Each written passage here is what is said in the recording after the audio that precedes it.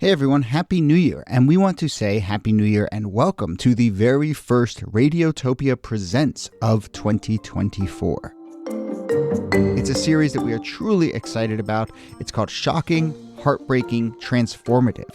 Now, this is from documentarian Jess Shane, who put out an open call on Craigslist and then worked with 4 strangers to explore the standard rules that documentarians and journalists use to tell their subject stories. So this series gets into all sorts of questions about what happens when people's real lives are collected, edited, and consumed. The show pulls back the curtain on what goes on behind the scenes of your favorite nonfiction shows. And then it turns in on itself and some really interesting twists and turns along the way in the making of the show. I've gotten to know Jess a little bit over the making of this show. Every time I chat with her, there's a new wrinkle to this story. It is really incredible. So go check out the new Radiotopia Presents series, Shocking, Heartbreaking, Transformative. It is out now on your favorite podcast platform.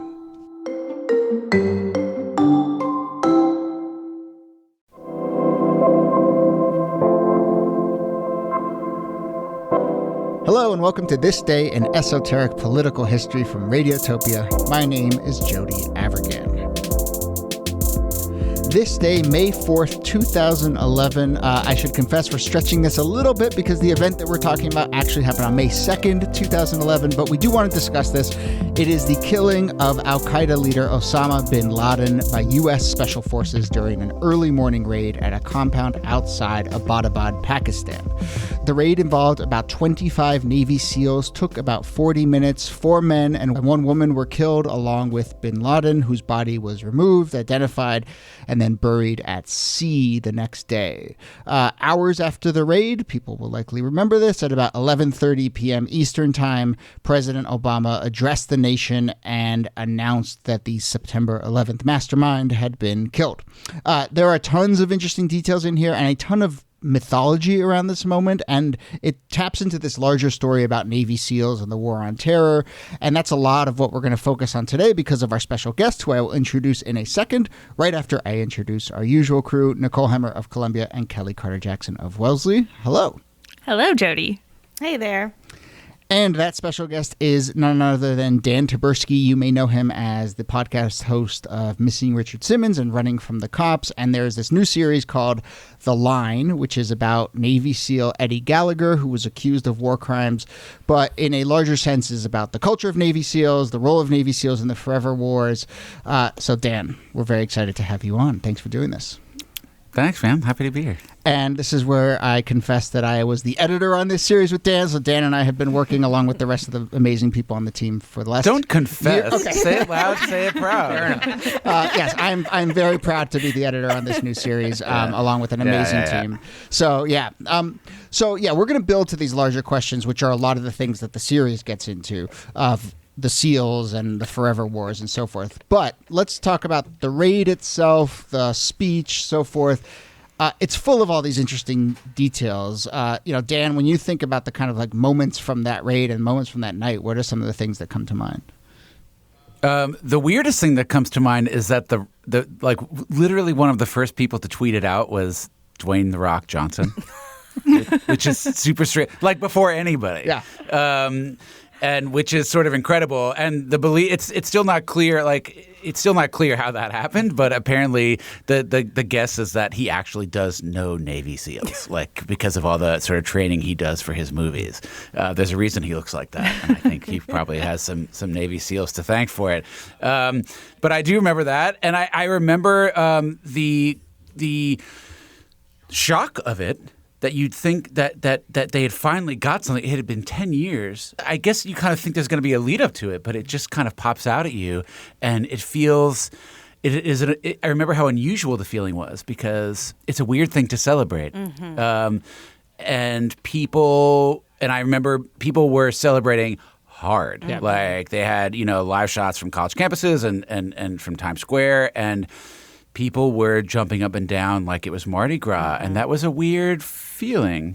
I totally agree with that. That outside of the White House, because the news had leaked right before Barack Obama came out to make the announcement, there were crowds of people chanting USA, USA, and it felt weird. I mean, it was this big moment. Osama bin Laden had been the boogeyman for the United States for the better part of a decade, and there was an outburst of joy and celebration and vengeance and all of those emotions all tied together.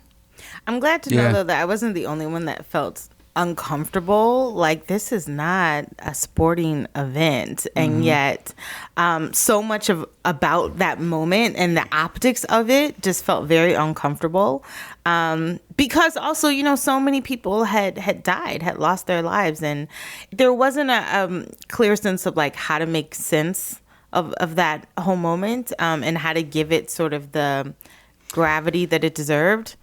Yeah. There's also the idea that if it had happened the day after 9/11, I think that feeling would have been less complicated. But the idea that 10 years had passed, including how we had completely fucked up the wars afterwards, and there was no longer this sense of like pure victimization, true or not, it was more like victimization that really turned into a quagmire and huge global mistakes. And so it is a strange thing to celebrate. I also remember how weird it was that there was no images. There was just there was no nothing. I guess I had never gamed out in my head how that would play out, but they had made the conscious decision to not release any images of the body. They brought him to an aircraft carrier in the middle of the Arabian Sea and dumped him off the back. Yeah.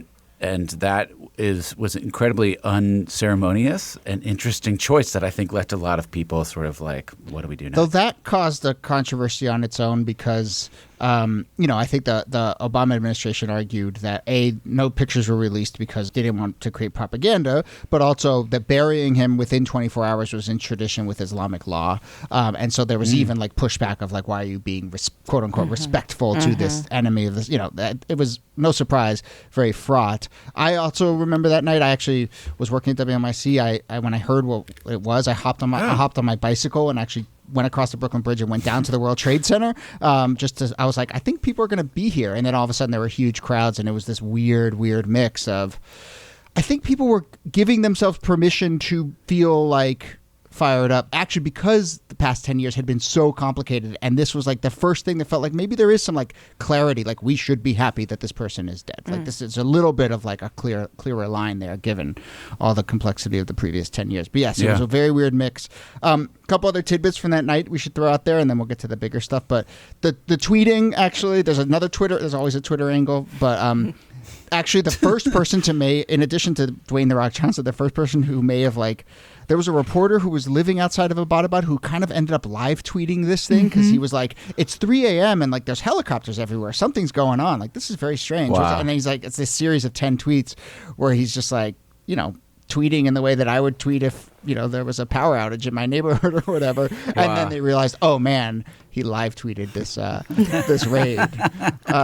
What else? This was the night of the White House Correspondents' Dinner? Mm-hmm. It was. This was all going on in the background, and they actually had to change some of the jokes in the speech that Obama was giving, and he had to change them because only a very, very small group of people actually knew. And so there was an Osama bin Laden joke in there that he ends up taking out. And we should mention, like, one of the helicopters crashed on the way to the raid. Yeah. I mean, I think that that's important because, there was an attempt back in the 1970s to save the hostages that were being held in Iran, and a helicopter crash scuttled the entire thing. And that had been something that had been a point during the debates about whether or not they should go in after Osama bin Laden, was what if this goes wrong like it did in 1979? And they went for it anyway. They still had the helicopter crash, and yet they were able to finish their mission and get out. Well, actually, what happened after that 1979, that was called Operation Eagle Claw, and what actually happened is that led to a big reorganization of special operations in this country. So that created SOCOM, and that created JSOC, which is a Joint Special Operations Command. So all the SEALs are in SOCOM, SEAL Teams 1 through 10, but SEAL Team 6 is like hyper elite, and they're in JSOC for only those super SWAT team type, like nobody else can do it but them. And it was Red Squadron from SEAL Team 6 that did the raid. I was going to offer something up, but it feels superficial to say. No, go ahead.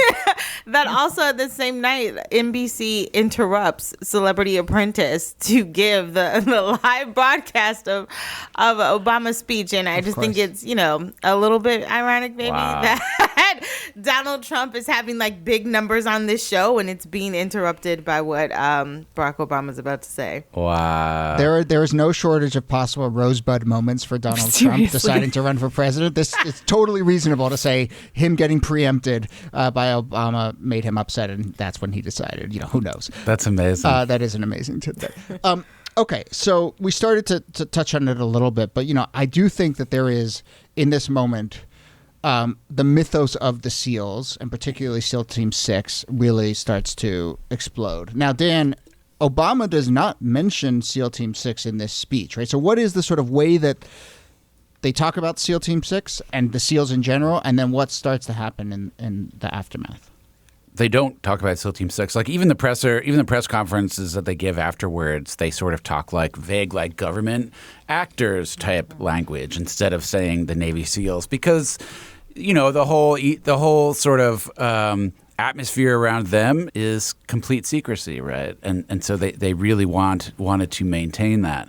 And there's a big controversy, and it's still sort of a right-wing conspiracy that Joe Biden is the one who sort of revealed to the world that it was the Navy SEALs that had done this. And a lot of SEALs are still really mad about that because that led to a lot of people being identified and like maybe putting their own lives at risk and things like that. And that's actually not true. It was actually government officials that had revealed that information, and then Leon Panetta had said it before anybody else. So that's actually just not true. But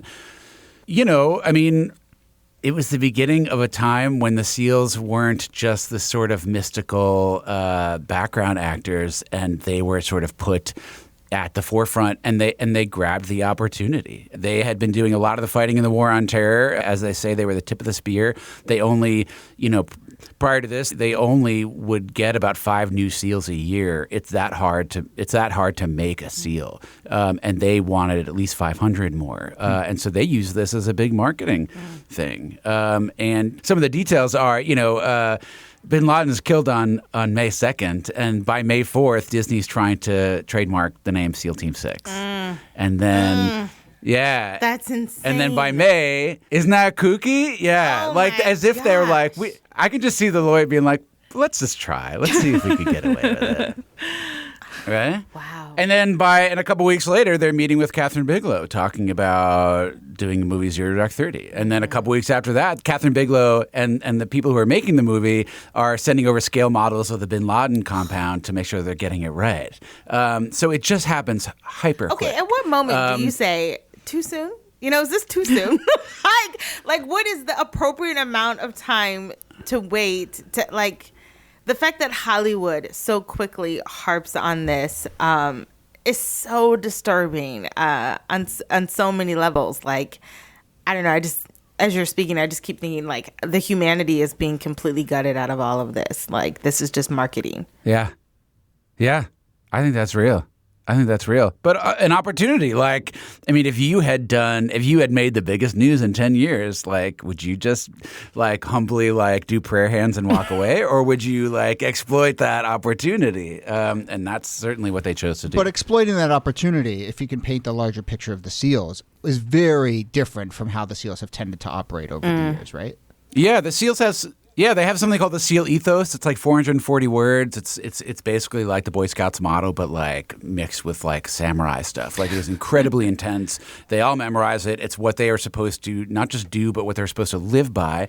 And the line that says they're not supposed to talk about being a SEAL is that it says, "I do not advertise the nature of my work or seek recognition for my actions."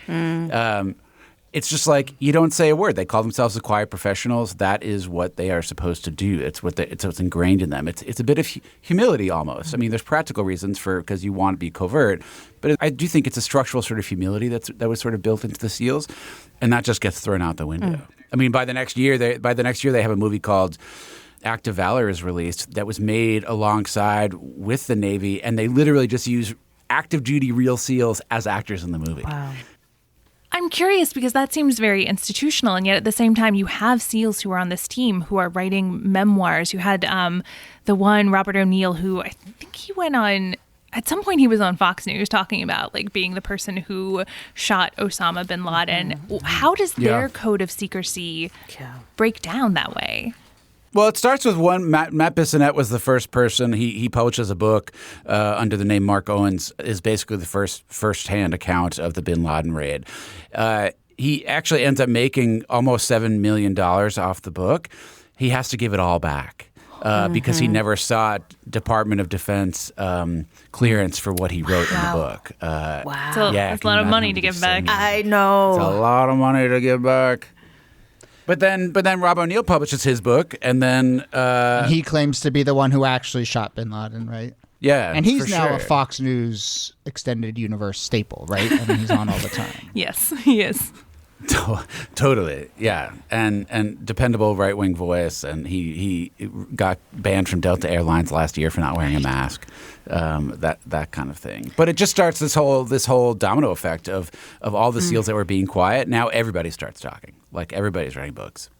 I mean, I wonder, and this is more of a question than a comment, but I wonder, like, you know, I think about the compensation or the payment that these soldiers are getting, and then I think about the motivation to either capitalize on that economically, to tell that story, and how that works. You know, like, I don't know, maybe I'm just struggling with the idea of like what it means to want to tell your story, but you can't tell your story, but you can't make any additional money off of the story, but everybody's making money off your story. Like, and these aren't people that are like, you know, getting paid in the military. Like, they're not being paid that well. You're absolutely right. Yeah, for sure. And I was talking to one SEAL who works for that. There's a show called Navy SEALs on CBS. It's about Navy SEAls, and he's a SEAL who hires a lot of SEALs to work on that show. And he was saying there's not a lot of career opportunities if you want to not fight. If you don't want to be a mercenary, after you become a SEAL, you're all busted up. Your body just doesn't work anymore.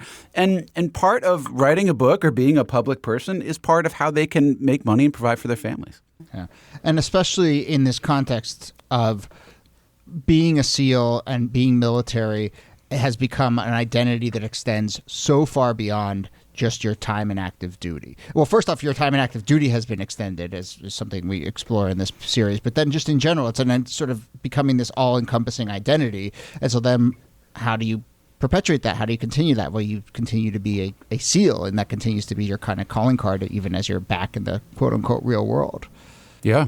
I mean, and SEALs go for it. Like, there's over 100 books written by SEAls. Wow. Including one that the former head of the SEALs, Bill McRaven, is now, who literally on his way out gave everybody a warning saying, you know, stop being so enthralled with yourselves, trying to tamp down on publicity. He's doing a tour for his third book right now. So like, even the ones that are like, don't do this, like if the boss is doing it and he's telling me not to do it, fuck that. Yeah. Like I understand that if they're not going to do what they're asking me to do, then all bets are off. There's another element here, which is that there was pressure on the SEALs to do a lot of the work that other forces used to do and sort of really carry the load for the war on terror, but also just literally to recruit more SEAls. Dan, you hinted at it, but I mean, you know, post 9/11, there was just a directive to just have more SEALs because they were doing more work. And so I'm just, can you describe that and how much that fits into the decision or the sort of creep towards being more public facing? I mean, it's hard to say how it's hard to like prove the connection, but for sure, that they have a big problem. That after 9/11, war becomes less about like front lines and battalions and the sort of traditional World War II kind of war, and it becomes direct action. And that's what special operators, SEALs, Green Berets, Delta Force, Special Forces, all those people, but SEALs especially, they become the ones that are executing this war, and they're getting deployed to Iraq or Afghanistan, and they are executing capture-kill missions nightly. And there's a deck of cards that has all the people, all the bad guys that we're supposedly looking for, and they get information at night saying, okay, here's you're going to get, and the technology had caught up to the point where they could say, not only are you getting this guy, here's what he looks like, here's what he was wearing today, here's who is in his house right now. So it just becomes this very specific, up close and personal, as one SEAL put it that I talked to, like you could smell their bad breath as you're killing them. And it is very different than, regardless of what you think about what we should be doing in war, in terms of how it's going to impact the people that are fighting that war, it is a very different proposition to be doing that kind of warfare and to be doing it for so long. And so it really began to wear on the SEAL teams. And so they needed more SEALs to execute that. And part of the way you get people to try out to be becoming a SEAL, which is incredibly hard to do, is marketing. So I'm curious, if we think about the bin Laden raid as a moment where a story about the SEALs sort of bursts into the public imagination, and there's an infatuation sort of that evolves from that, I think a lot of people now would say when they hear SEALs that the Eddie Gallagher story, there's an argument to be made that the sort of two things that have burst into the public imagination are the bin Laden raid, SEAL Team 6, and this guy accused of war crimes. And so I'm curious, Dan, what your sense of how the SEALs see themselves in the public, how they view that story now, how much that has been complicated by the Eddie Gallagher thing, and whether there is a sort of shift in the self-infatuation or public infatuation with the SEALs. I think that there's different camps. Some describe the difference between like Boy Scouts and pirates. And the pirates are just like old school, like, we'll get the job done. Don't worry about the details. Just let us do our thing.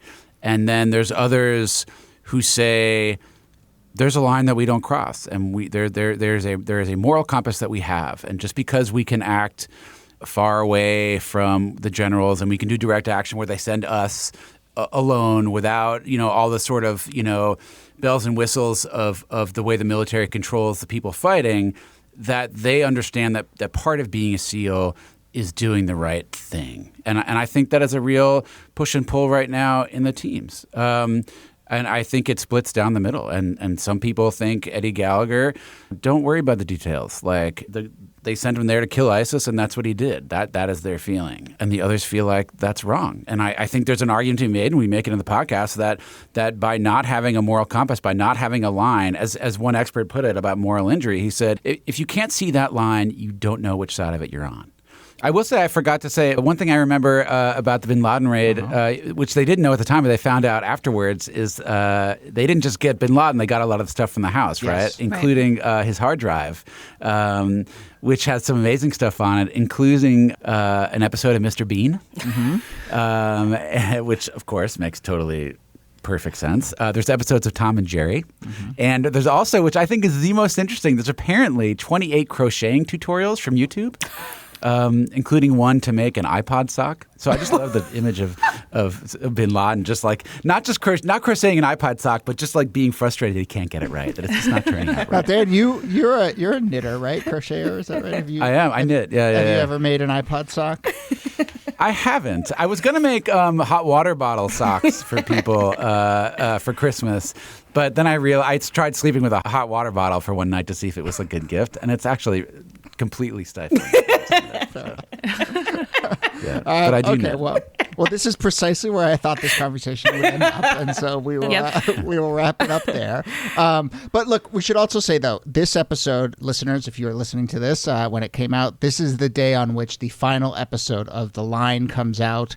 We will not tell you what's in there, but we will say that there is something in that episode that we think is going to make some news and really going to sort of, I think, complicate this story. And if you don't have reason enough to listen, this is, I will say, Dan, I think you've done really amazing work here, and that final episode in particular, I think is pretty stunning. And so people should go listen to the whole series. And that final episode is out today as you were listening to this. Thanks for saying that. Yeah, I'm excited. Well, we will see. But anyway, Dan Taberski, thank you so much, and congratulations again. And Nicole Hammer, thanks to you. Thanks, Jody. And Kellie Carter Jackson, thanks to you. My pleasure. This Day in Esoteric Political History is a proud member of Radiotopia from PRX, a network of independent, listener-supported, artist-owned podcasts. So if you want to become a supporter of this show and the work that we do at Radiotopia in general, you can go on our website, thisdaypod.com, and find a way to support. One-time donation, monthly donation. We really do appreciate it. Our researcher and producer is Jacob Feldman. Our producer is Brittany Brown. You can get in touch with us with any questions or comments or ideas for the show. Email us thisdaypod@gmail.com, or you can find a form at thisdaypod.com. My name is Jody Avirgan. Thanks again for listening, and we'll see you soon. A small team of Americans carried out the operation with extraordinary courage and capability. After a firefight, they killed Osama bin Laden and took custody of his body. The death of bin Laden marks the most significant achievement to date in our nation's effort to defeat al-Qaeda.